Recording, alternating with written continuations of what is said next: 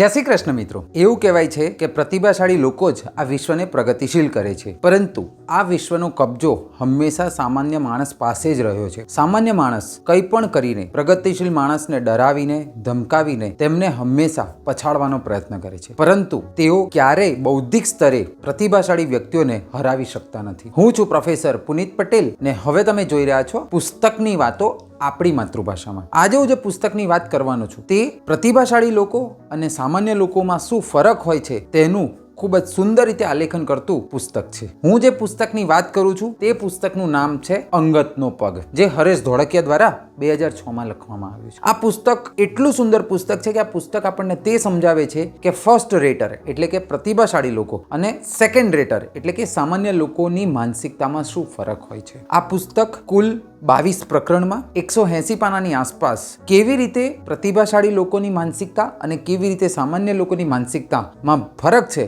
તેનું ખૂબ જ સુંદર આલેખન છે। તો જો આ પુસ્તકની વિગતવાર રીતે વાત કરું તો પુસ્તકના મુખ્ય પાત્રો છે એ છે 3 પાત્રો। તેમાંનું પહેલું પાત્ર એટલે કે કિશોર। કિશોર એક સમયે એક શાળાનો વિદ્યાર્થી હતો અને અત્યારે તે ખૂબ જ સફળ ડોક્ટર છે। અને બીજા 2 પાત્રો એટલે કે જ્યોતિન્દ્ર શાહ કે જે પ્રતિભાશાળી વ્યક્તિ છે અને બીજા છે એ છે કિરણ દવે કે જે સામાન્ય વ્યક્તિ છે, પરંતુ આ બંને પાત્રો એ શિક્ષકની ભૂમિકા ભજવે છે। તો જો હવે વિગતવાર રીતે વાત કરું તો એક દિવસે જ્યારે કિશોર ડોક્ટર બની જાય છે તો તેને કિરણ દવેનો ફોન આવે છે અને તે તેના ઘરે તેને મળવા માટે બોલાવે છે। કિરણ દવેને મળવા માટે જ્યારે કિશોર તેમના ઘરે જાય છે ત્યારે તે કિશોરના હાથમાં એક ડાયરી આપે છે અને તે એવું કહે છે કે તું આ ડાયરી વાંચ, આ ડાયરી મેં લખી છે અને મેં તારા માટે જ લખી છે। આવું સાંભળતા જ કિશોર વિચારમાં પડી જાય છે, કેમ કે તેણે ક્યારેય નથી વિચાર્યું કે મારા આ શિક્ષક કિરણ દવે કોઈ ડાયરી લખે, કેમ કે કિરણ દવે હંમેશા તેને મહત્વાકાંક્ષી બનવાની વાતો કરતા હતા। અને તે જ સમયે તેને યાદ આવે છે તેના જ શાળાના બીજા શિક્ષક એટલે કે જ્યોતિન્દ્ર શાહ। જ્યોતિન્દ્ર શાહ હંમેશા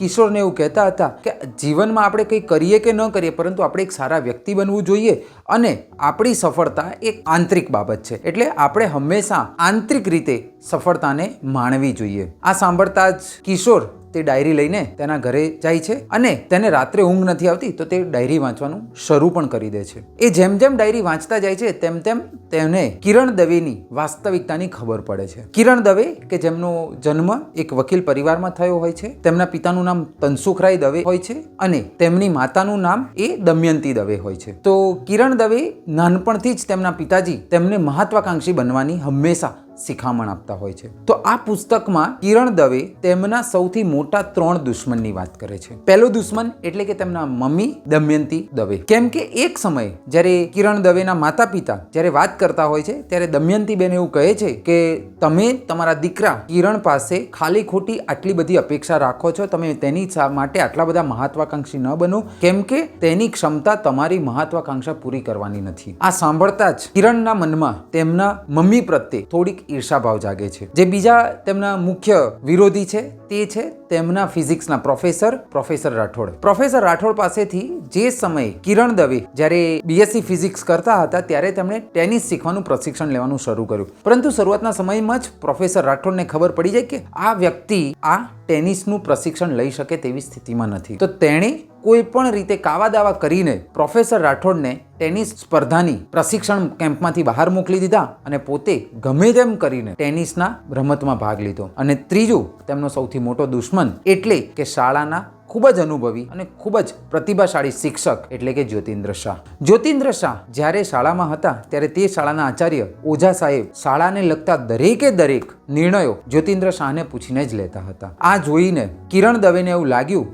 કે અહીંયા મારે મહત્વાકાંક્ષી બનવું પડશે અને મારે કોઈ પણ રીતે જ્યોતિન્દ્ર શાહને પછાડવા પડશે। તેના માટે તેમણે ઘણા બધા કાવા દાવા પણ કર્યા, જેમાંના 4-5 કાવા દાવા હું તમારી સાથે શેર કરવા માંગીશ। પહેલું કે જ્યારે જ્યોતિન્દ્ર શાહ શાળામાં હતા ત્યારે શાળામાં એક જ દિવસનો પ્રવાસ લઈ જવાની પરવાનગી વિદ્યાર્થીઓને હતી, તો ત્યારે આવીને કિરણ દવે એવું કહ્યું કે હવે આપણે 2 દિવસનો પ્રવાસ લઈ જઈશું। તો આને સમજાવતા જ્યોતિન્દ્ર શાહ એવું કહે છે કે આવું કરવાથી આપણા વિદ્યાર્થીઓમાં આર્થિક અસમાનતા ઉદ્ભવશે, પરંતુ આ વાતનો વિરોધ કરીને કોઈ પણ ભોગે કિરણ દવે 2 દિવસના પ્રવાસ માટે લઈ ગયા. બીજી વાત છે એ છે શિક્ષણ સંઘ સાથે જોડાવાની બાબત. શિક્ષણ સંઘમાં જોડાવા માટે પણ કાવા દાવા કિરણ દવેએ કર્યા. શિક્ષકોને ટ્યુશન કરાવવા બાબતમાં પણ ટ્રસ્ટીઓનો વિરોધ હતો, તેમાં પણ કાવા દાવા કરીને તેમણે શિક્ષકોને ટ્યુશન કરતા કર્યા. અને જે ચોથો મહત્વનો કિસ્સો છે એ છે કે જ્યારે ઓઝા સાહેબ વય નિવૃત્તિના કારણે નિવૃત્ત થવાના હતા ત્યારે આખી શાળાની એવી ઈચ્છા હતી કે જ્યોતિન્દ્ર શાહ જ હવે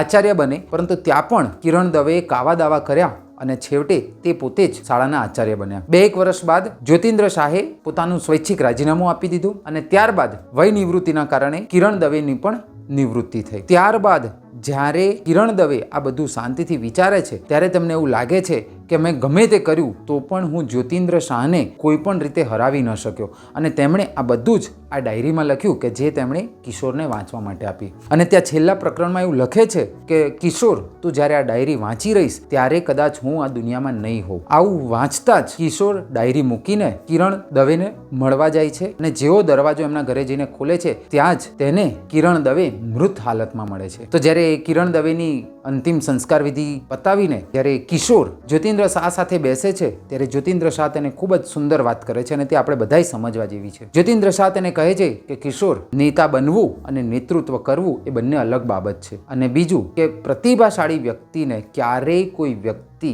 બાહ્ય રીતે કદાચ ભૌતિક સાધનોની રીતે કદાચ તેને હરાવી શકે, તેને હેરાન પરેશાન કરી શકે, પરંતુ આંતરિક બાબતે ક્યારેય ન કરી શકે. અને હું તને ચોક્કસ કહીશ કે આ કિરણ દવેનું મૃત્યુ એ કુદરતી મૃત્યુ નથી, તેણે ચોક્કસ આપઘાત કર્યો જ હશે. આવું સાંભળતા જ કિશોર ચકિત થઈ જાય છે અને તે જ્યોતિન્દ્ર શાહને પગે લાગે છે. આ તે પુસ્તક છે કે જે આપણને તે સમજાવે છે કે પ્રતિભાશાળી લોકો અને સામાન્ય લોકોમાં શું ફરક છે.